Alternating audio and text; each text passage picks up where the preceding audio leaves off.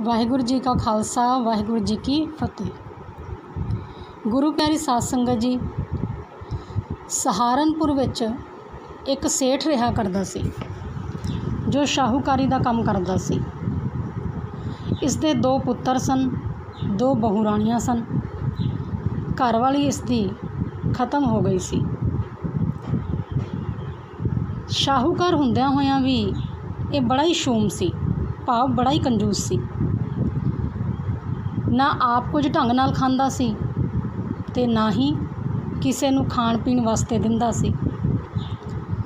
इस दी नूहां इस तो बड़ियां तंग आंदियां सन।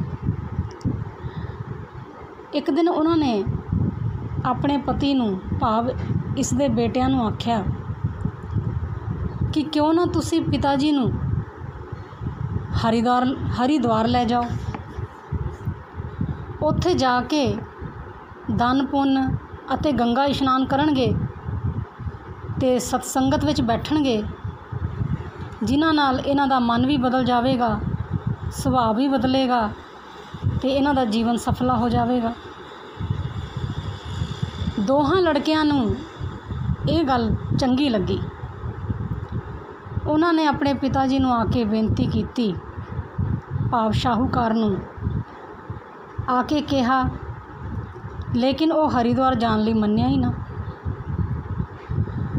फिर रिश्तेदारां नूं सद के उन्हां पासों कहलाया। उन्होंने भी समझाया कि आप जी दा पिछला समा है, तुसीं सारे संकल्प नूं छड्ड के हरिद्वार जाके सतसंगत ते इशनान वगैरह करो। तुहाडे पुत्तर लायक हन, ये वारों वारी तुहाडे कोल आके रह जाया करनगे, तुहाडी सेवा करया करनगे। पर शाहूकार भी पूरा जिद्दी सी, वो रिश्तेदारां दी गल भी ना मन्निया। गुस्से विच आके कहण लगा कि हले तां मैं जिउंदा हाँ ते तुसीं मैनूं हुणे ही घरों कड्ढी जांदे हो। मैं तां गंगा ते बिल्कुल भी नहीं जावांगा। गंगा दा पानी ठंडा ते वाई हुंदा है, इसलिए ना मैं गंगा ते इशनान करांगा ते ना ही मैं गंगा जल पीवांगा। उत्थों दे साधु भी बड़े ठगी हुंदे हन, वो तां मैनूं उत्थे गए नूं ठग के खा जाणगे। इस करके मैं उन्हां साधुआं ब्राह्मणां दे दर्शन तक नहीं करना चाहता। जदों ये जाण नूं ना मन्निया ते इहदे बेटे फिर हार के चुप कर गए। उन्होंने कहना ही बंद कर दिता। समा बीत्या। कुछ चिर बाद कहंदे ने कि अपने स्वास पूरे करके ये जो शाहूकार सी ये मर गया। हुण सारे रिश्तेदार इकट्ठे होए। मरन तो बाद सारिਆਂ ने रल के सलाह की कि क्यों ना इहदा संस्कार जो है ना गंगा ते ही जाके करिए अते सतारीए दा भंडारा भी उत्थे ही करांगे। सारी उम्र ये गंगा ते गया नहीं है, हुण असीं इहदा संस्कार उत्थे ही करांगे। ये चंगा फैसला है। सारिਆਂ ने ये मता पकाया, विचार पक्की करके बड़ी सोहनी पालकी सजा के उस विच इहदे बेटियां ने अपने पिता दी देह रख के ते कुछ रिश्तेदार नाल लै लए ते हरिद्वार दी तरफ चल पे।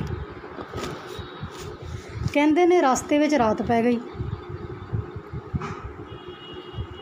एक धर्मशाला सी, सारे ही उत्थे ठहर गए। गर्मी का मौसम होने करके इन्हां ने जो पालकी सी वो अंदर रख दिती ते बाकी दे सारे रिश्तेदार बाहर आके लम्मे पै गए ते आपस विच गल्लां करन लग पे। कहन लगे कि पिता जी नूं गंगा ते रहन वास्ते बहुत कहा सी, पर पिता जी मन्ने ना। गंगा मैया नूं भी गालियां दिंदे सन।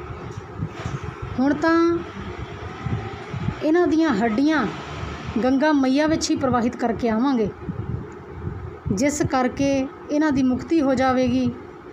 इस तरह आपस विच गल्लां करदे करदे इन्हां सारिਆਂ ਨੂੰ नींद आ गई ते सो गए। ਅੰਦਰ ਹੁਣ ਜਿੱਥੇ ਧਰਮਸ਼ਾਲਾ ਵਿੱਚ ਸ਼ਾਹੂਕਾਰ ਦੀ ਮ੍ਰਿਤਕ ਦੇਹੀ ਪਈ ਸੀ, ਉੱਥੇ ਹੀ ਅੰਦਰ ਇੱਕ ਕੋਹੜੀ ਵੀ ਬੈਠਾ ਹੋਇਆ ਸੀ। ਇਹ ਕੋਹੜੀ ਇਹਨਾਂ ਸਾਰਿਆਂ ਦੀ ਗੱਲਾਂ ਸੁਣਦਾ ਰਿਹਾ ਅਤੇ ਆਪਣੇ ਮਨ ਵਿੱਚ ਵਿਚਾਰਿਆ ਕਿ ਇੱਥੇ ਤਾਂ ਮੈਨੂੰ ਕੋਈ ਪੁੱਛਦਾ ਹੀ ਨਹੀਂ।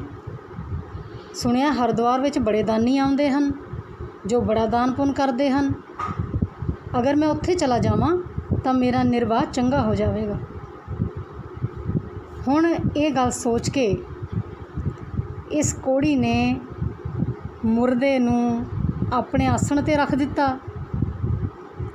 ਅਤੇ ਆਪ ਮੁਰਦਾ ਬਣ ਕੇ ਉਸ ਪਾਲਕੀ ਵਿੱਚ ਸੌਂ ਗਿਆ।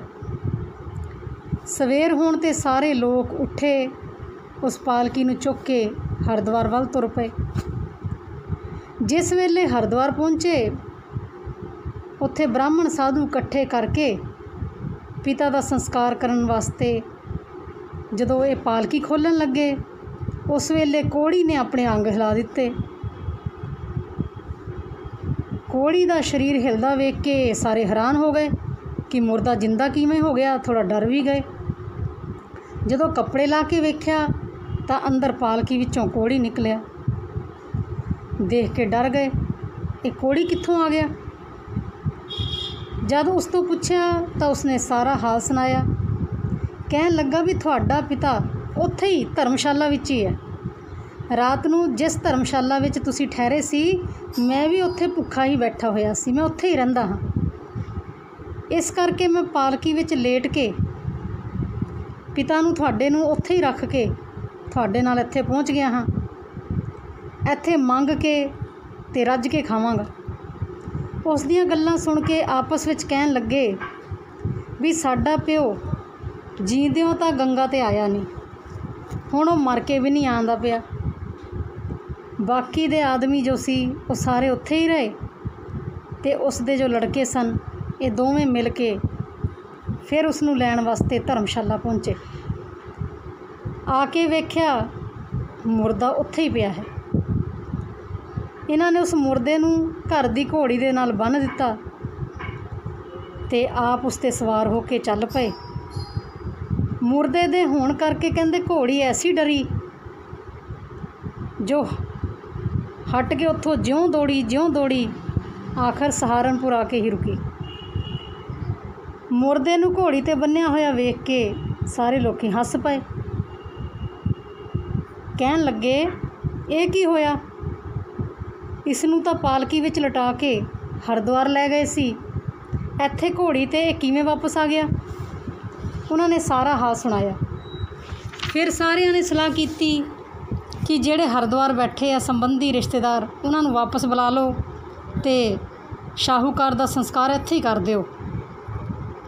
ਸਾਰਿਆਂ ਨੂੰ ਬੁਲਾਇਆ ਗਿਆ। ਹੁਣ ਸਹਾਰਨਪੁਰ ਵਿੱਚ ਹੀ ਇਸ ਸ਼ਾਹੂਕਾਰ ਦਾ ਸੰਸਕਾਰ ਕੀਤਾ ਗਿਆ। ਚੌਥੇ ਵਾਲੇ ਦਿਨ ਉਹਦੀਆਂ ਹੱਡੀਆਂ ਚੁਣ ਕੇ ਪ੍ਰੋਹਿਤ ਨੂੰ ਬੁਲਾ ਕੇ ਉਹਦੇ ਪੁੱਤਰਾਂ ਨੇ ਕਿਹਾ ਬਈ ਇਹ ਹੱਡੀਆਂ ਲੈ ਜਾਓ ਅਤੇ ਤੁਸੀਂ ਜਾ ਕੇ ਗੰਗਾ ਵਿੱਚ ਪ੍ਰਵਾਹਿਤ ਕਰ ਦੇਣਾ। ਜਦੋਂ ਪ੍ਰੋਹਿਤ ਜਾਣ ਲੱਗਾ, ਸਾਰੇ ਰਿਸ਼ਤੇਦਾਰਾਂ ਨੇ ਆਪੋ ਆਪਣੀ ਮਰਜ਼ੀ ਨਾਲ, ਕਿਸੇ ਨੇ 2 ਰੁਪਏ, ਕਿਸੇ ਨੇ 5 ਰੁਪਏ, ਕਿਸੇ ਨੇ 7 ਰੁਪਏ, ਕਿਸੇ ਨੇ 10 ਰੁਪਏ, ਇਸ ਤਰ੍ਹਾਂ ਉਸ ਪ੍ਰੋਹਿਤ ਨੂੰ ਪਕੜਾਏ। ਪ੍ਰੋਹਿਤ ਕੋਲ 100 ਰੁਪਇਆ ਬਣ ਗਿਆ। ਜਿਸ ਵੇਲੇ ਪ੍ਰੋਹਿਤ ਹੱਡੀਆਂ ਲੈ ਕੇ ਸ਼ਹਿਰ ਤੋਂ ਬਾਹਰ ਆਇਆ ਤਾਂ ਮਨ ਵਿੱਚ ਖਿਆਲ ਆਇਆ, ਜੇਕਰ ਇਹ ਰੁਪਇਆ ਮੈਂ ਨਾਲ ਲਿਜਾਵਾਂਗਾ ਤਾਂ ਰਾਹ ਵਿੱਚ ਕੋਈ ਡਾਕੂ ਲੁੱਟ ਲਵੇਗਾ, ਕੋਈ ਚੋਰ ਮੈਨੂੰ ਤੋਂ ਖੋਹ ਲਵੇਗਾ। ਇਸ ਲਈ ਪਹਿਲਾਂ ਮੈਂ ਘਰ ਰੱਖ ਕੇ ਆਉਂਦਾ। ਇਹ ਸੋਚ ਕੇ ਇਹ ਜਿਹੜੀ ਹੱਡੀਆਂ ਦੀ ਪੋਟਲੀ ਸੀ, ਉਹਨੇ ਗੁਥਲੀ ਜਿਹਦੇ ਵਿੱਚ ਹੱਡੀਆਂ ਪਾਈਆਂ ਹੋਈਆਂ ਸਨ, ਇਹ ਇੱਕ ਪੇੜ ਦੀ ਟਾਹਣੀ ਨਾਲ ਜੰਗਲ ਵਿੱਚ ਬੰਨ੍ਹ ਦਿੱਤੀਆਂ ਅਤੇ ਆਪ ਆਪਣੇ ਘਰ ਚਲਾ ਗਿਆ ਪੈਸੇ ਰੱਖਣ ਵਾਸਤੇ। ਪਿੱਛੋਂ ਦੀ ਇੱਕ ਭੰਗੀ ਲੱਕੜੀਆਂ ਲੈਣ ਵਾਸਤੇ ਉਸ ਜੰਗਲ ਵਿੱਚ ਆਇਆ ਅਤੇ ਉਸ ਪੇੜ 'ਤੇ ਚੜ੍ਹ ਗਿਆ ਜਿਸ ਨਾਲ ਗੁਥਲੀ ਟੰਗੀ ਹੋਈ ਸੀ। ਜਦੋਂ ਲੱਕੜਾਂ ਵੱਢਣ ਲੱਗਾ ਤੇ ਧਿਆਨ ਗੁਥਲੀ ਵੱਲ ਗਿਆ। ਮਨ 'ਚ ਸੋਚਦਾ ਹੈ ਸ਼ਾਇਦ ਇਸ ਗੁਥਲੀ ਦੇ ਵਿੱਚ ਮਾਇਆ ਹੈ। ਗੁਥਲੀ ਉਤਾਰੀ, ਹੇਠਾਂ ਆ ਗਿਆ।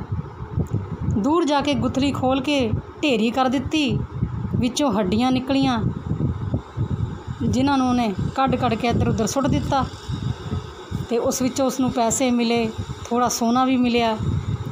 ਦੀਵਾਨ 'ਤੇ ਢੱਕਣ ਵਾਲਾ ਕੱਪੜਾ ਆਦਿ ਜਿਹੜੀਆਂ ਚੀਜ਼ਾਂ ਸਨ, ਇਹ ਸਭ ਕੁਝ ਲੈ ਕੇ, ਪੈਸੇ, ਸੋਨਾ, ਵਧੀਆ ਰੇਸ਼ਮੀ ਕੱਪੜਾ ਜਿਹ ਨਾਲ ਦੀਵਾਨ ਢੱਕਿਆ ਹੋਇਆ ਸੀ, ਇਹ ਸਭ ਚੀਜ਼ਾਂ ਲੈ ਕੇ ਉਹ ਭੰਗੀ ਆਪਣੇ ਘਰ ਚਲਾ ਗਿਆ।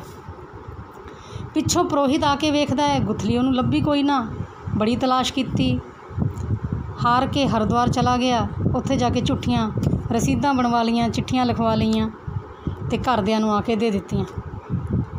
ਸ਼ਾਹੂਕਾਰ ਦੇ ਬੱਚੇ ਖੁਸ਼ ਹੋ ਗਏ ਵੀ ਚਲੋ ਸਾਡੇ ਪਿਤਾ ਜੀ ਦੀਆਂ ਹੱਡੀਆਂ ਗੰਗਾ ਵਿੱਚ ਪ੍ਰਵਾਹਿਤ ਹੋ ਗਈਆਂ ਹਨ, ਹੁਣ ਉਹਨਾਂ ਦਾ ਕਲਿਆਣ ਹੋ ਜਾਵੇਗਾ। ਉਹਨਾਂ ਨੂੰ ਤਸੱਲੀ ਹੋ ਗਈ।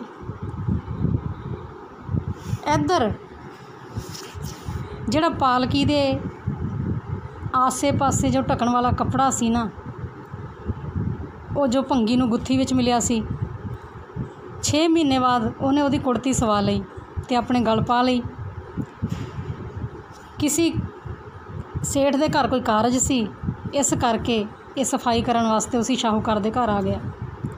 ਜੋ ਸਫਾਈ ਕਰ ਰਿਹਾ ਸੀ ਤਾਂ ਸੇਠ ਦੀ ਨੂੰਹ ਰਾਣੀ ਨੇ ਉਸ ਕੱਪੜੇ ਨੂੰ ਪਛਾਣ ਲਿਆ ਅਤੇ ਆਪਣੇ ਪਤੀ ਨੂੰ ਆਖਿਆ। ਪਤੀ ਨੇ ਉਸੀ ਵੇਲੇ ਭੰਗੀ ਨੂੰ ਫੜ ਲਿਆ ਅਤੇ ਤਾੜ ਕੇ ਪੁੱਛਿਆ ਵੀ ਇਹ ਕਿੱਥੋਂ ਮਿਲਿਆ ਤੈਨੂੰ ਰੇਸ਼ਮੀ ਕੱਪੜਾ। ਭੰਗੀ ਨੇ ਸਭ ਕੁਝ ਸੱਚ-ਸੱਚ ਦੱਸ ਦਿੱਤਾ। ਕਹਿੰਦਾ ਵੀ ਜੰਗਲ ਵਿੱਚ ਮੈਂ ਲੱਕੜਾਂ ਲੈਣ ਗਿਆ ਸੀ, ਉੱਥੇ ਪੇੜ ਨਾਲ ਮੈਨੂੰ ਇਹ ਗੁੱਥੀ ਲੱਭੀ ਬੰਨੀ ਹੋਈ। ਉਸ ਗੱਥੀ ਵਿੱਚੋਂ ਜਿਹੜੀ ਮਾਇਆ ਸੀ, ਸੋਨਾ ਸੀ, ਉਹ ਮੈਂ ਲੈ ਲਿਆ, ਬਾਕੀ ਹੱਡੀਆਂ ਮੈਂ ਇੱਧਰ ਉੱਧਰ ਖਿਲਾਰ ਦਿੱਤੀਆਂ। ਹੁਣ ਇਹ ਪੁਰੋਹਿਤ ਨੂੰ ਫੜ ਕੇ ਲਿਆਏ, ਕਿਉਂਕਿ ਉਸਨੇ ਦੱਸਿਆ ਕਿ ਉਸ ਗੁੱਥਲੀ ਵਿੱਚੋਂ ਜਿਹੜਾ ਇਹ ਦੀਵਾਨ ਨੂੰ ਢੱਕਣ ਵਾਲਾ ਵਸਤਰ ਮੈਨੂੰ ਮਿਲਿਆ ਸੀ, ਮੈਂ ਇਹਦੀ ਇਹ ਕੁੜਤੀ ਸਵਾ ਲਈ ਹੈ। ਅਤੇ ਸਾਰਾ ਕੁਝ ਸਮਝ ਗਏ ਬਈ ਪੁਰੋਹਿਤ ਨੇ ਸਾਨੂੰ ਧੋਖਾ ਦਿੱਤਾ ਹੈ। ਅਤੇ ਜਾ ਕੇ ਪੁੱਤਰਾਂ ਨੇ, ਸ਼ਾਹੂਕਾਰਦਿਆਂ ਨੇ ਪੁਰੋਹਿਤ ਨੂੰ ਫੜਿਆ। ਪੁਰੋਹਿਤ ਨੂੰ ਇਹਨਾਂ ਨੇ ਕਿਹਾ ਕਿ ਸੱਚ ਦੱਸ, ਜਿਹੜੀ ਤੂੰ ਹਰਿਦੁਆਰ ਤੋਂ ਚਿੱਠੀਆਂ ਲਿਖਵਾ ਕੇ ਲਿਆਇਆ ਸੀ, ਰਸੀਦਾਂ ਲੈ ਕੇ ਆਇਆ ਸੀ ਹੱਡੀਆਂ ਪ੍ਰਵਾਹਿਤ ਕਰਨ ਦੀਆਂ ਪਿਤਾ ਜੀ ਦੇ, ਉਹ ਸੱਚ ਸੀ ਜਾਂ ਝੂਠ ਸੀ?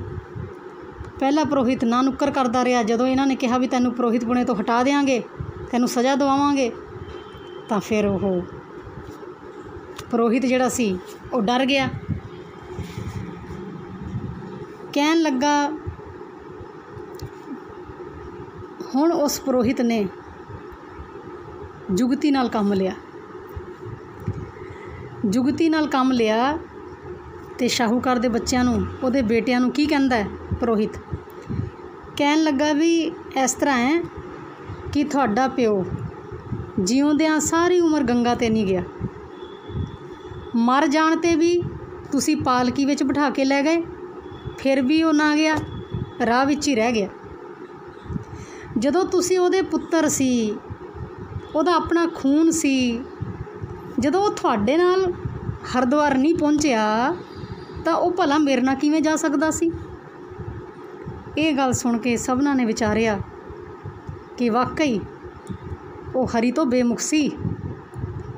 ਪਰਮਾਤਮਾ ਦਾ ਨਾ ਤਾਂ ਉਹ ਸਿਮਰਨ ਕਰਦਾ ਸੀ, ਨਾ ਕਦੀ ਉਹ ਸਤਸੰਗ ਵਿੱਚ ਜਾਂਦਾ ਸੀ, ਨਾ ਕਿਸੇ 'ਤੇ ਦਇਆ ਕਰਦਾ ਸੀ, ਸ਼ੂਮ ਵੀ ਬਹੁਤ ਸੀ। ਇਸ ਕਰਕੇ ਉਹ ਪਰਮਾਤਮਾ ਨੂੰ ਭਾਇਆ ਹੀ ਨਹੀਂ, ਇਸ ਕਰਕੇ ਉਹਦੀ ਮੁਕਤੀ ਨਹੀਂ ਹੋਈ। ਸੋ ਸਾਧ ਸੰਗਤ ਜੀ, ਕਹਿਣ ਤੋਂ ਭਾਵ ਇਹ ਹੈ ਕਿ ਜਿਹੜਾ ਮਨੁੱਖ ਕਹਿੰਦੇ ਸੇਵਾ, ਸਿਮਰਨ, ਸਤਸੰਗ, ਪਰਉਪਕਾਰ, ਦਇਆ ਨਹੀਂ ਕਰਦਾ ਹੈ ਨਾ, ਉਸ ਨੂੰ ਇਸ ਲੋਕ ਵਿੱਚ ਵੀ ਅਤੇ ਪਰਲੋਕ ਵਿੱਚ ਵੀ ਕੋਈ ਢੋਈ ਨਹੀਂ ਮਿਲਦੀ ਹੈ। ਵਾਹਿਗੁਰੂ ਜੀ ਕਾ ਖਾਲਸਾ, ਵਾਹਿਗੁਰੂ ਜੀ ਕੀ ਫਤਿਹ।